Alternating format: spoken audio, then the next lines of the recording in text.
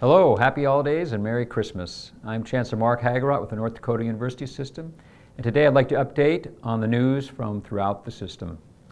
As the semester progressed, there's been plenty of topics that's had our attention both here in the state and in academia throughout the nation. Most recently here at home, the State Board of Education reviewed our procedures for recommending candidates for president positions. If you'd tuned in, you'd heard that at the last meeting we approved the need for 3 names to go forward and not just a minimum of 2. Also, the board approved offering of a Master of Arts in Teaching to Dickinson State University, Mayville State University, and Valley City State University. The board moved quickly on this issue, it's called MAT, to meet the state's higher education needs, and in so doing is creating an historic moment that our system will be more responsive to obtaining credentials for our teachers in our state. Additionally, the board met with representatives from the Higher Learning Commission. We believe the meeting went favorably and look forward to a future with a follow-up report on the focus visit. There is only one outstanding issue, and that's progress on our strategic plan, which all of our campuses are doing good work, and we appreciate their efforts.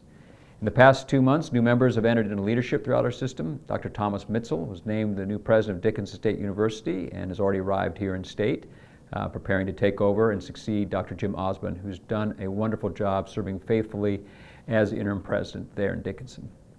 Also, the former North Dakota governor and former Secretary of Agriculture, Ed Schaefer, was named the interim president of the University of North Dakota. His interim service will begin in January when the current president, Robert Kelly, retires. In the meantime, the presidential search will continue to move forward for a permanent replacement.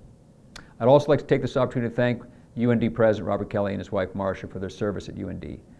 President Kelly carried a heavy load and responsibility of a complex university for the better part of a decade, and I want to thank you, Dr. and Mrs. Kelly, if you're watching this video clip, for your devotion to the UND family and for the great state of North Dakota. Now, throughout our system, great things are happening. We're working toward the future goal of implementing the open educational resources wherever it is appropriate. These digital textbooks can provide another way for faculty to offer learning materials in their classrooms in the future, and in a way that could save students a little bit of money. And an event at Valley City State University in October brought educators from throughout the state to learn about open textbooks, and was a resounding success. So thank you, Valley City, for doing that, and we're hopeful to hear more about the impact of OER here in the future.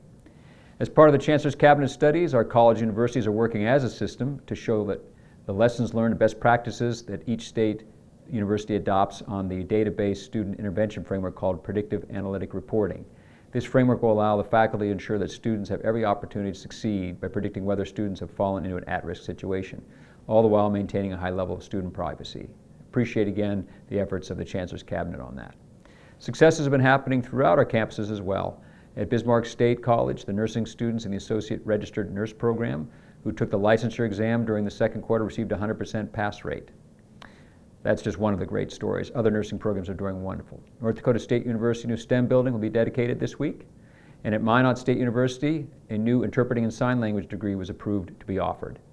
And at Williston State, students in the Petroleum, Welding, and Transportation Department got an opportunity to tour some of their respective industries' facilities through a partnership with the Department of Career and Tech Ed. I'd like to close with these last thoughts. I'd encourage all of the students to strive to be excellent in your studies, the sports, and your work, but also to be excellent in how you treat each other. Up here in the upper Midwest, the Dakotas, you've done a wonderful job of working through differences as a team and making it all a better place for us to teach and learn and live. And thank you for that effort. So good luck to all the students on your finals. Enjoy the break you've got coming up. To faculty and staff, I want to thank you again for all your work you're doing to keep our campuses running smoothly and providing a high quality education for our students. So again, happy holidays and Merry Christmas.